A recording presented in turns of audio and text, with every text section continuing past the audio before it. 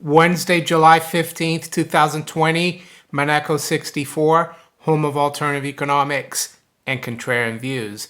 Today we're going to go back in the past to 1914 and to look at how undervalued silver is, not just versus gold today in 2020, but also the pint of beer and the loaf of bread in the UK. I think my UK viewers will enjoy this, but viewers all around the world, of course, who are interested in precious metals, not just silver, but also gold.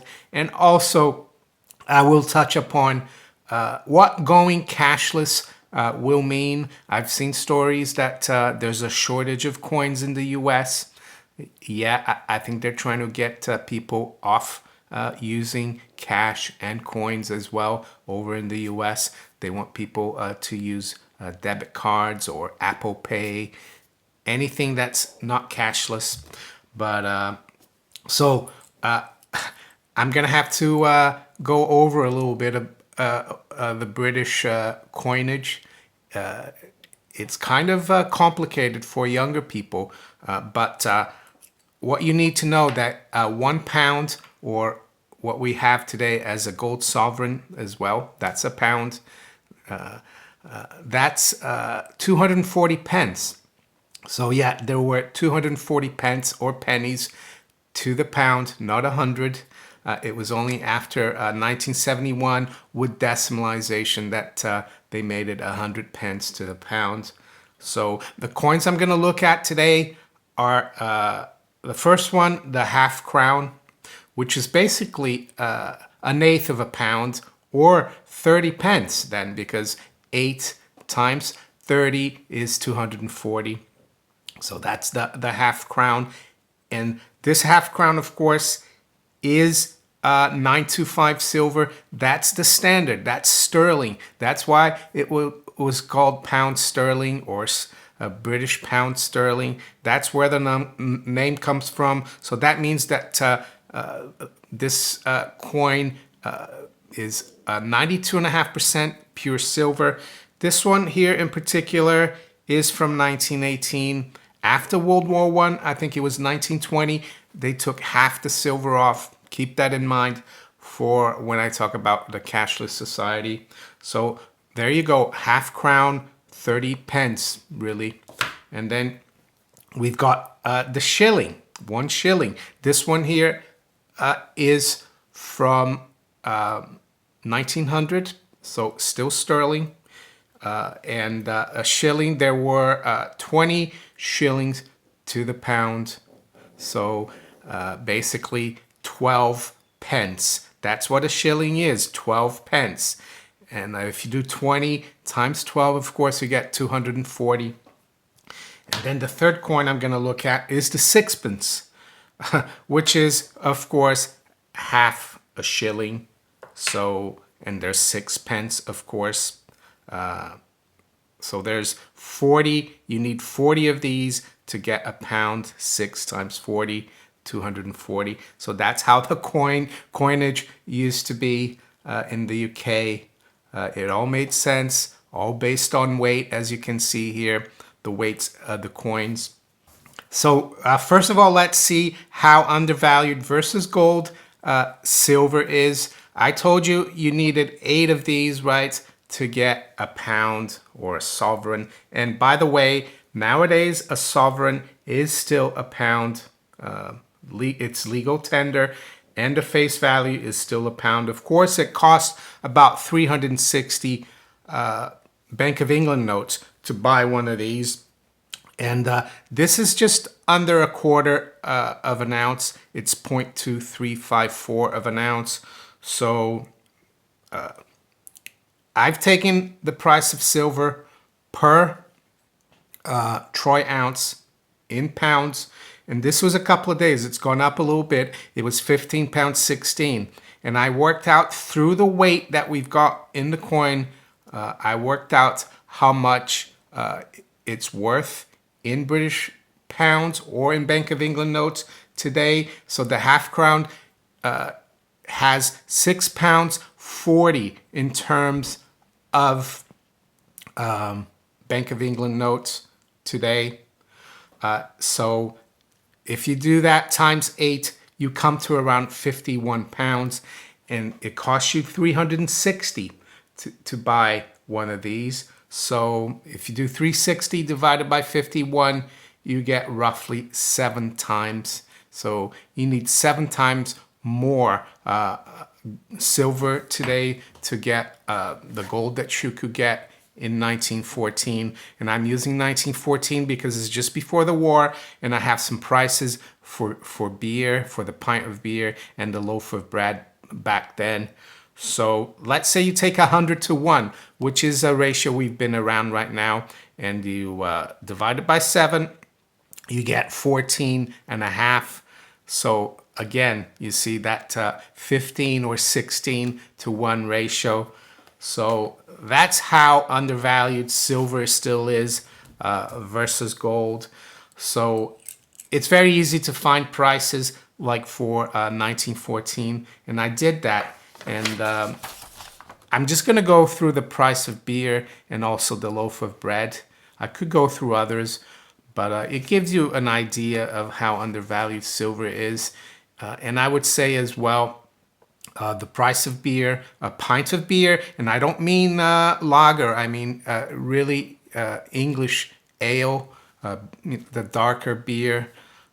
I would say nowadays there's a lot of tax, and that's another thing that happens when countries and governments inflate the system. The government becomes bigger. They've got to tax people more.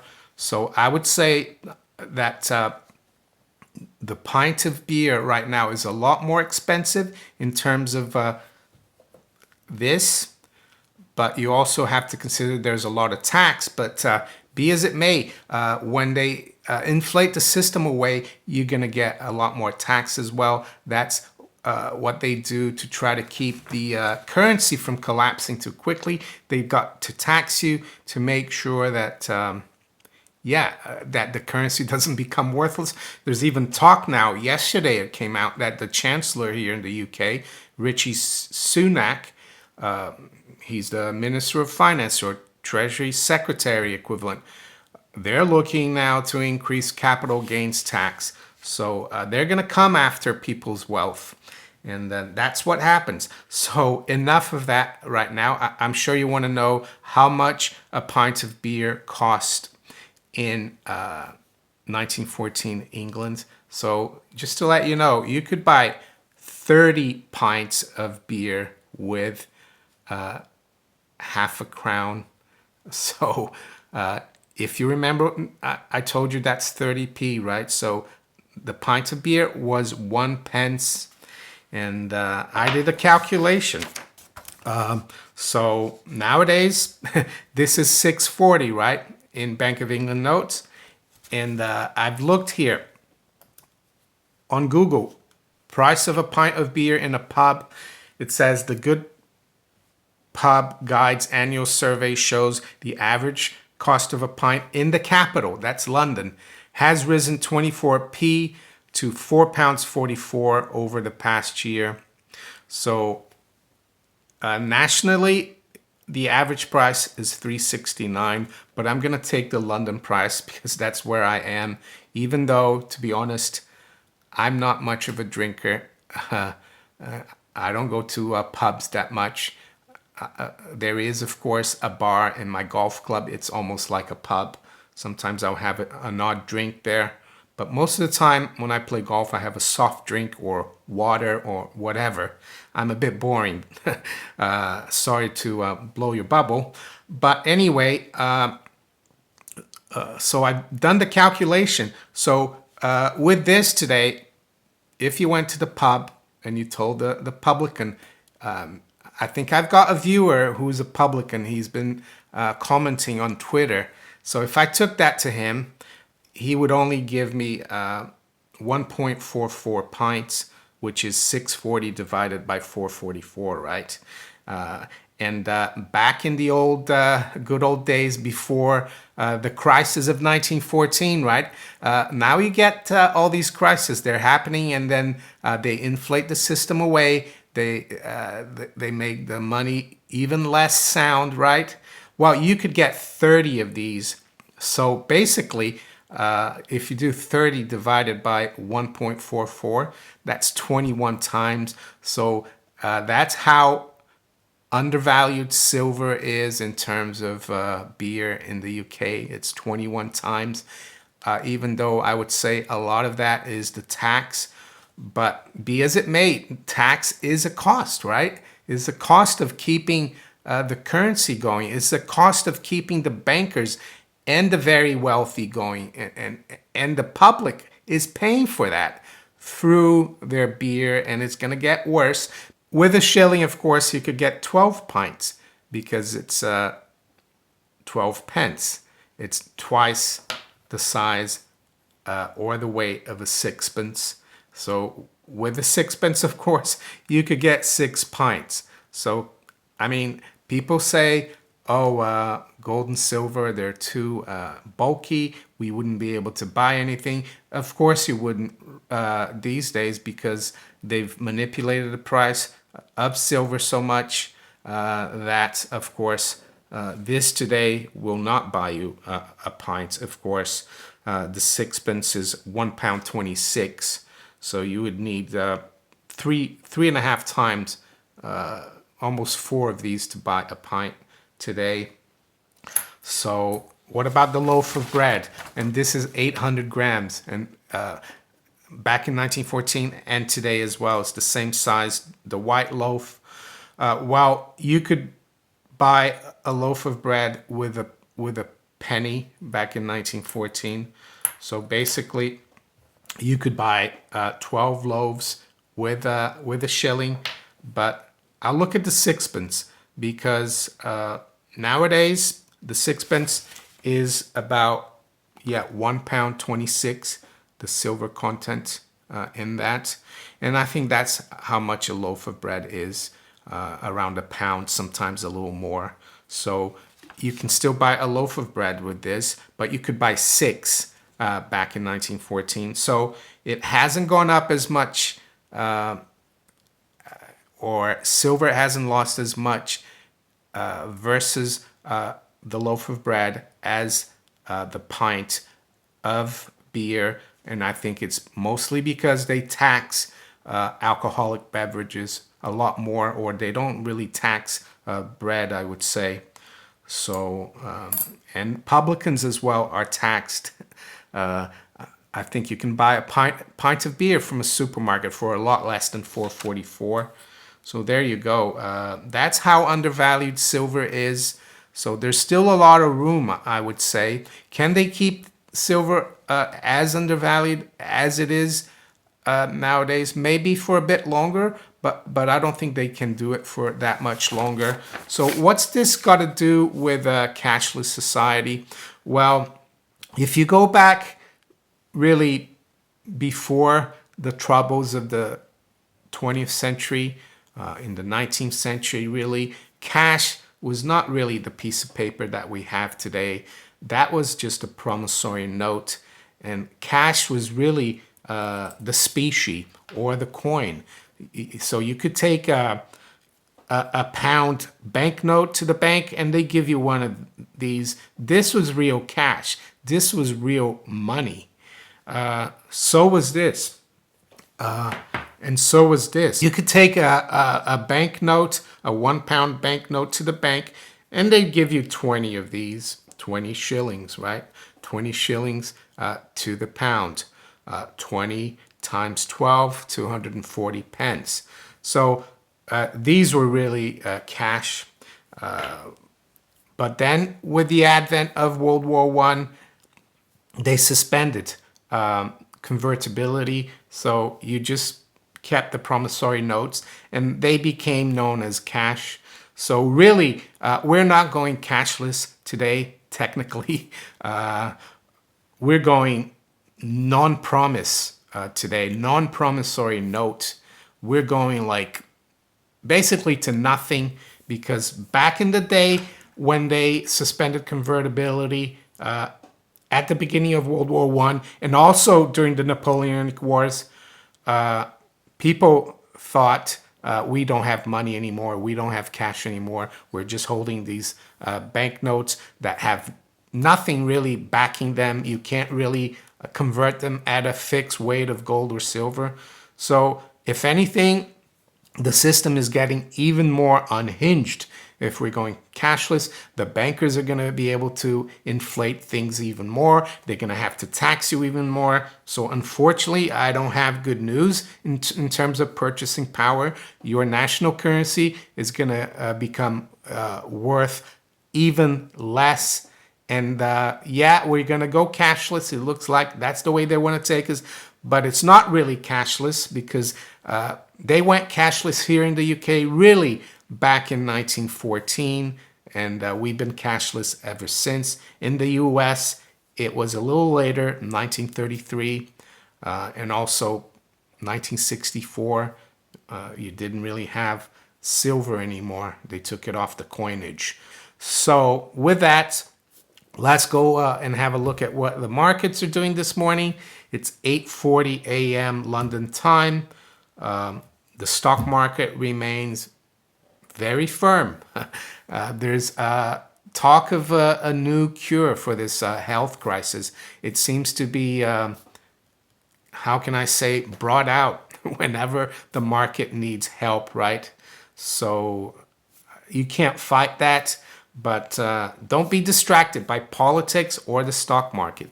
Keep an eye on your currency. That's what really matters. That's what you earn your living in the national currency. And it's not going to get better. And that's what the price of gold in national currencies are telling us.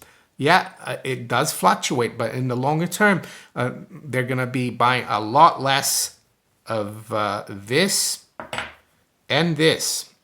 So right now we've got the price of gold at 1809, so it's unchanged. Range has been 1804 to 1812, so the markets are pretty steady overnight. Silver is at 1930, up 10 cents. Range has been 1916 to 1937. I think the high for this year in silver is actually 1965. That's a very key level. More recently, I think a few days ago or 2 days ago, it was 1940. Right now, the Dow future is up another 200. It's up 0.75%, 26,844. S&P is up 0.5%, 3213. The Nasdaq 100 future is up only 20 points or 0.2% at 10,700. Sterling is bouncing back a little bit here versus the dollar. It's at 126, up 0.33%. The euro is actually above 114 now. So much for the death of the euro, right? The euro is still relatively firm. Am I saying the euro is a good fiat currency? No, but we're at 114.30 almost, up 0.25%. And the dollar is down 0.2 versus the yen at 107.03. The dollar is down 0.2 versus the Chinese yuan at 699.50. Crude oil WTI is up 1% at 40.86. To finish off, the bond market. Bond market is really boring, not going anywhere. You'd think yields would be going up with talk of a cure, with the stock market being goosed up. But no, we're at 0.62, the 10-year yield, unchanged. Why should it be higher, the yield? Well, because the way the markets are going, they're trying to tell us that things are going to get better, quicker for the economy, and usually yields go up when the economy picks up. But there's no sign of that in the bond market. And yeah, the bond market is usually known for where the smart investor parks his or her capital.